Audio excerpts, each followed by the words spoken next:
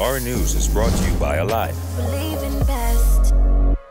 Good evening, Bahamas. Coming up in our news tonight.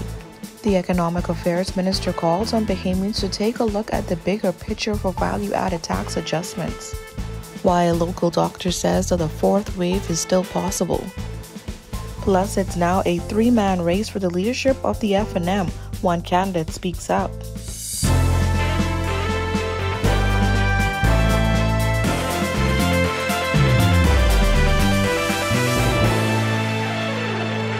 Welcome to our news, the weekend edition, and thanks for joining us. It's Sunday, November 7th. I'm Georgia Bain, topping news tonight.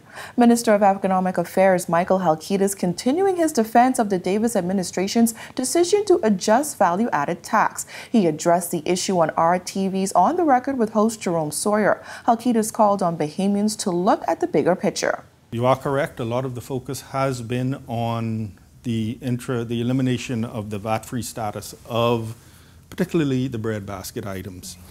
And we understand that concern, particularly amongst people who are struggling at this time. But our belief is, and the evidence shows, that with an overall cut in VAT throughout the economy, in goods and services, from 12% to 10%, even with the elimination of those exempt items, you would see a decrease in your overall tax bill. So we invite Bahamians to look at the overall picture, examine what you spend your money on, and I think they will realize that this cut from 12 to 10 will result in a decrease in the overall tax bill. The Davis administration intends to reduce value-added tax to 10%, while also placing VAT on breadbasket items once the tax is reduced. The plan, which was revealed by Prime Minister Philip Davis in a communication in Parliament last month, has been criticized by both the opposition and some members of the public who believe it will place an additional burden on low-income households. Halkitis disagrees, saying that across the board, reduction will make up for the tax being replaced on breadbasket items. And our belief is that this will leave more money in the pockets of Bahamians. It will give them more money to spend elsewhere or invest or save, and that it will be good for the economy. And we are backed up on this. When we did this decrease, we asked the University of the Bahamas to do a model for us.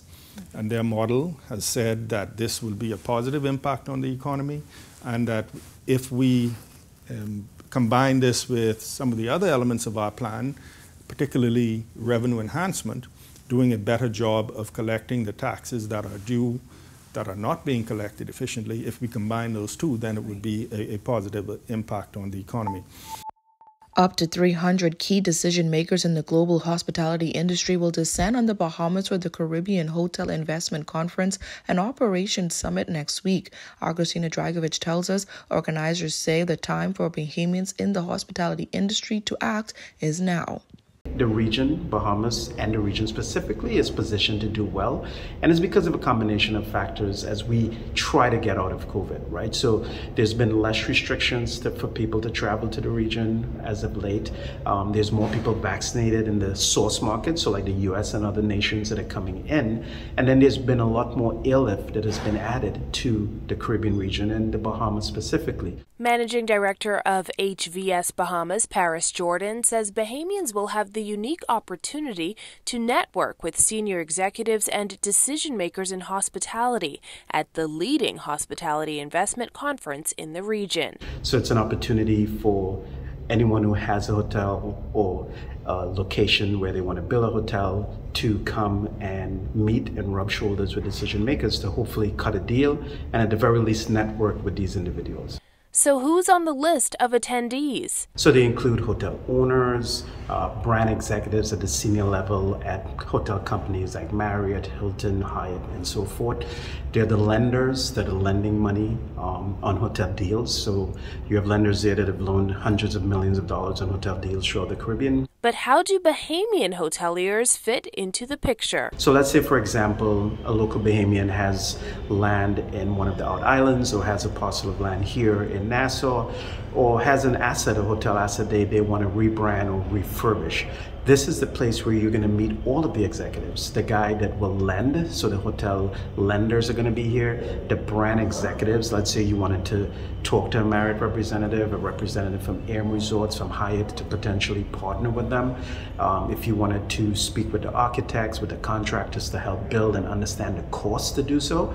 Jordan says locals looking to secure big deals may not get an opportunity to get decision makers all in one room again in the near future. And right now, he anticipates the time is right as the region and the Bahamas are poised to make a rebound in the tourism sector. What we've seen this year in 2021, especially in the most recent months, is that some of the indicators, like the demand, the average rates for hotels are getting higher than they were back in 2019. However, occupancy is still a challenge, but that too is increasing every single month. The conference runs November 10th through 12th at Baha Mar. To learn more, visit chicos.hvsconferences.com. Reporting for our news, I'm Christina Dragovich.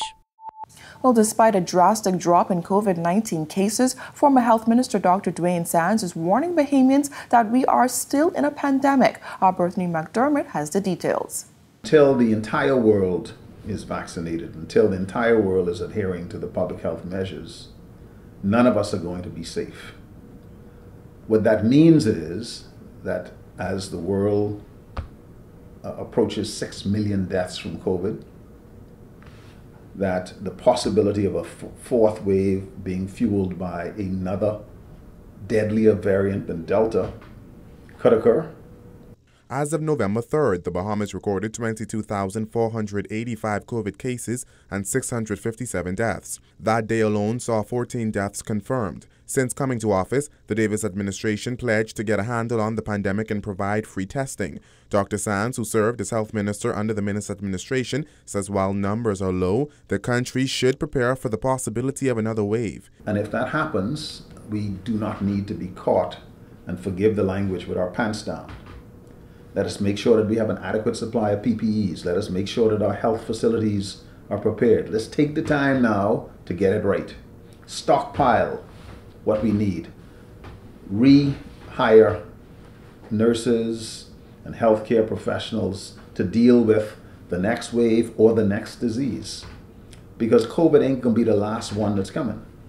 As of October 31st, 133,081 Bahamians and residents were fully vaccinated. 135,629 people received one dose and 263,875 doses were administered in total.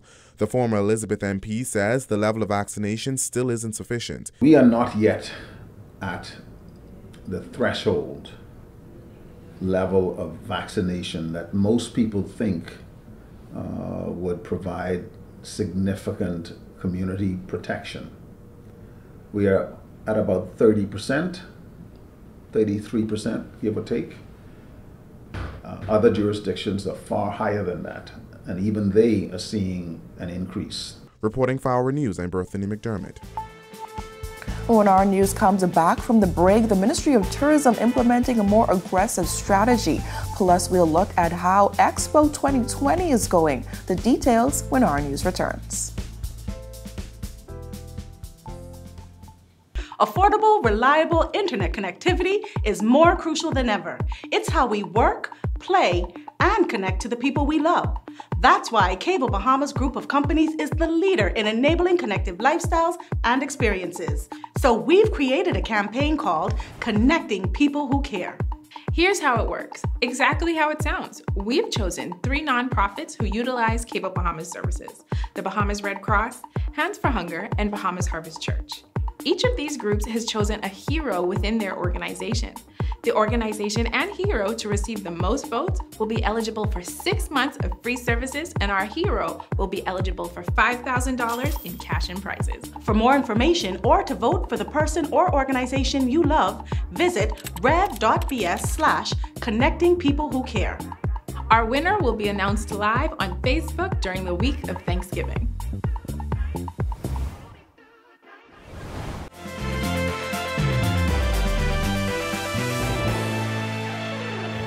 The The Ministry of Tourism is taking a more aggressive approach to attracting stopover visitors. This according to Executive Director of Product Quality at the Ministry, Dr. Kenneth Romer. Bahamas Ministry of Tourism is very strategic in terms of our partnership with, first of all, our cruise partners.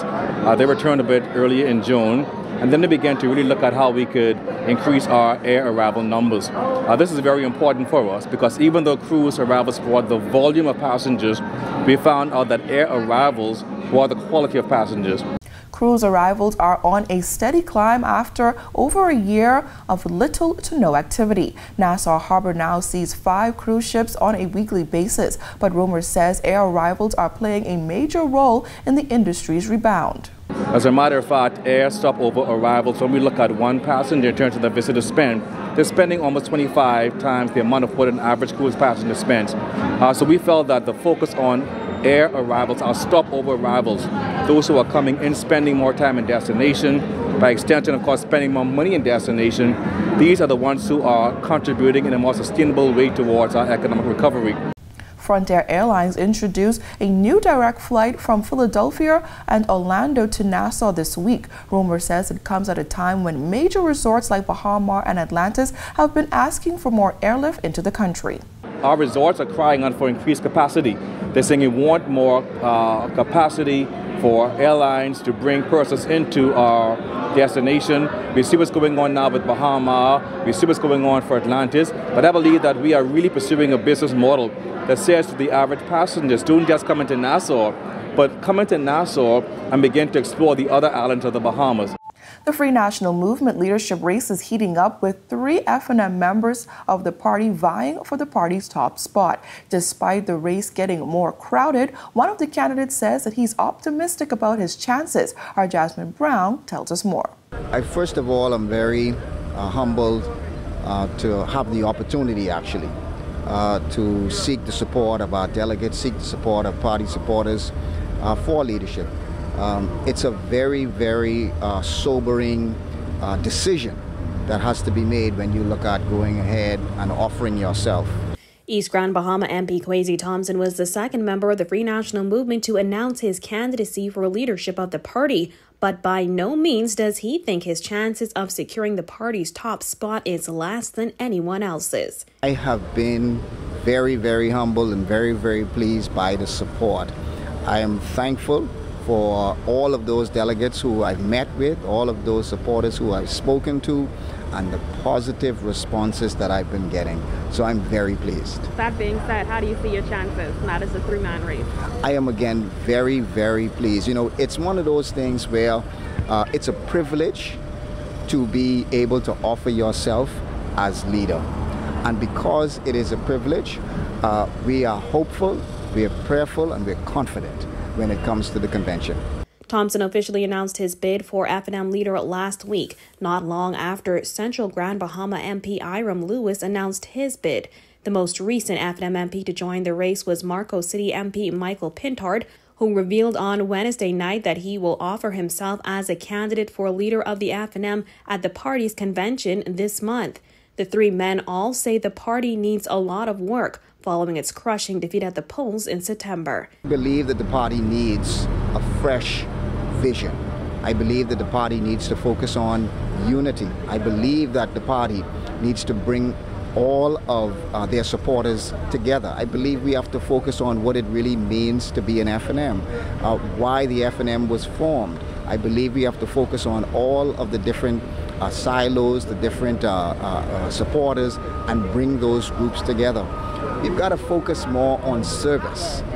You know, politics is not about power, but it's about service. So we really have to focus on reaching out to people and getting that support base back. The party's one-day convention will be held on November 27th. Reporting for our news, I'm Jasmine Brown. Well, Expo 2020 opened on October 1st. The Bahamas is showcased among 192 countries from around the world. The Bahamas' pavilion is showcased in the Sustainability Quadrant. Director of Development Janet Johnson called the event the most exciting tourism event on the calendar this year. We essentially have a 7,500 square foot building that is 2 floors. The ground floor is where the story of the Bahamas is told, and that was curated by a representative from the Monuments and Antiquities, along with representatives from University of Bahamas. So in essence, we put together a content team made up of designers, curators, and architects to kind of help us not only tell the story, but display the story in a way that ties into the theme that Janet would have mentioned, which is sustainability. Deputy Commissioner General Michael Digges explains that the second floor represents a component that previous expos did not focus on: business. By connecting minds to create the future, the second floor focuses on making business connections for the growth and development at home. So the second floor is really focused on having business interactions, administrative offices, and engagements with various stakeholders, and we're hoping to have representations from the various ministries, from trade, industry, tourism, of course, agriculture, health, and environmental. Marine. Right. So all of those ministries, we're hoping to have them participate in all the various either theme weeks or seminars. Meanwhile, the Bahamas is already benefiting from partnerships formed at previous expos. And it started, I think, with the solar installation at the Thomas A. Robinson Sports Center, right? Mm-hmm. Yes. The stadium. That's where it started. Then it kind of morphed into supplies for COVID. The PPE. Yeah, they actually contributed a lot of the PPE supplies. Then most recently there was two ventilators that were donated to the Princess Margaret Hospital. And dialysis machines. Yes, so they've been very subtly and in the background supporting the Bahamas. When our news weekend comes back from the break, the pandemic posing a problem for the Girl Guides Association. Plus later we'll look at the most memorable quotes and moments in news this week. That's when our news returns. Affordable, reliable internet connectivity is more crucial than ever. It's how we work, play, and connect to the people we love. That's why Cable Bahamas Group of Companies is the leader in enabling connective lifestyles and experiences. So we've created a campaign called Connecting People Who Care. Here's how it works, exactly how it sounds. We've chosen 3 nonprofits who utilize Cable Bahamas services: the Bahamas Red Cross, Hands for Hunger, and Bahamas Harvest Church. Each of these groups has chosen a hero within their organization. The organization and hero to receive the most votes will be eligible for 6 months of free services, and our hero will be eligible for $5,000 in cash and prizes. For more information or to vote for the person or organization you love, visit rev.bs/connectingpeoplewhocare. Our winner will be announced live on Facebook during the week of Thanksgiving.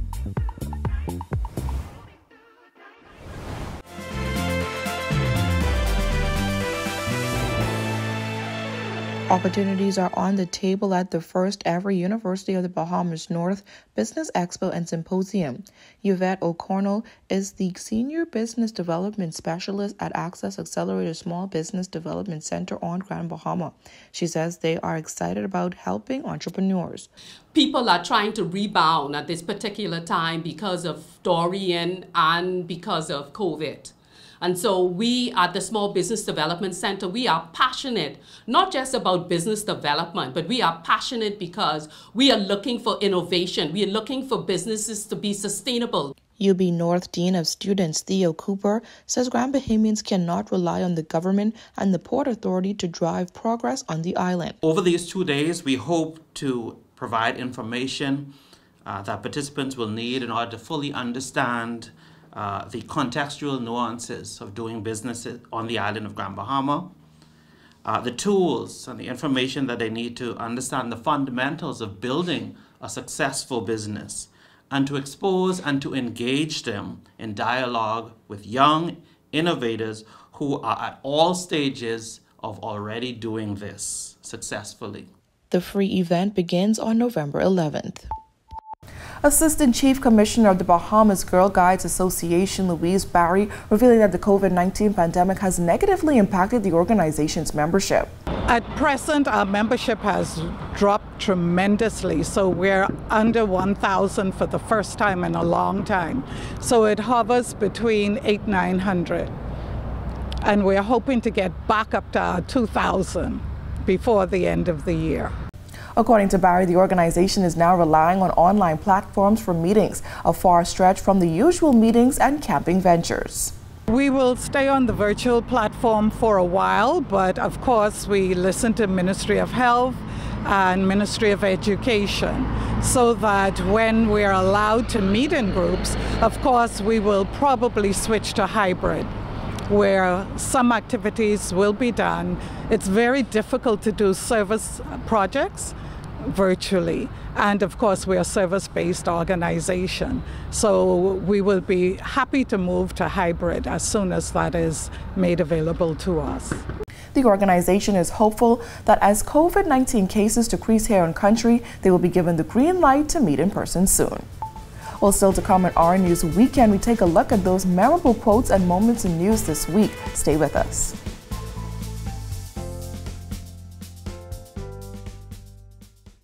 Affordable, reliable internet connectivity is more crucial than ever. It's how we work, play, and connect to the people we love. That's why Cable Bahamas Group of Companies is the leader in enabling connective lifestyles and experiences. So we've created a campaign called Connecting People Who Care. Here's how it works, exactly how it sounds. We've chosen 3 nonprofits who utilize Cable Bahamas services: the Bahamas Red Cross, Hands for Hunger, and Bahamas Harvest Church. Each of these groups has chosen a hero within their organization.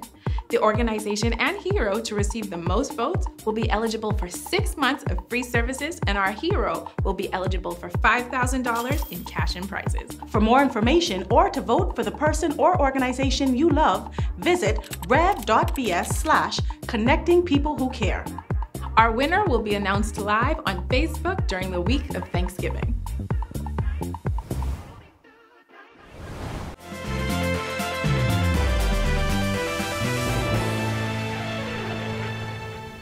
Welcome back to our News Weekend. It's that time and we take a look at some of the most memorable quotes and moments in news this week. This first quote comes from Prime Minister Philip Davis, who promised to implement a plan for proper housing for those affected by Hurricane Dorian. I feel for these people who I've seen them living in these tents still. So my Minister of Housing, along with my Minister of State, who I've put in charge of disaster recovery, they are going to work assiduously to ensure that we put them in homes as quickly as we can. And they are now in the exercise of looking at what type homes will be built, how quickly be done. So some announcement should be made during the course of our contribution to the supplementary budget. And this second quote comes from Housing Minister JoBeth Colby-Davis, who called the proposed prospect-rich development an election ploy. I came armed with the facts because I understand the barriers in society which presently restrict many Bahamians from becoming homeowners. Therefore, it was important for me to be clear in my submissions that the prospect-rich development was, in my assessment, an election ploy, which ignored proper protocol and procedures to advance a new subdivision. And the third quote comes from former Health Minister Dr. Dwayne Sands, who is calling for the current administration to revisit mask requirements. As it is now, the language speaks to people wearing a mask outside of their residence. Well, what happens if I'm in the bush? I'm in the bush hunting pigeons. Do I need to wear a mask?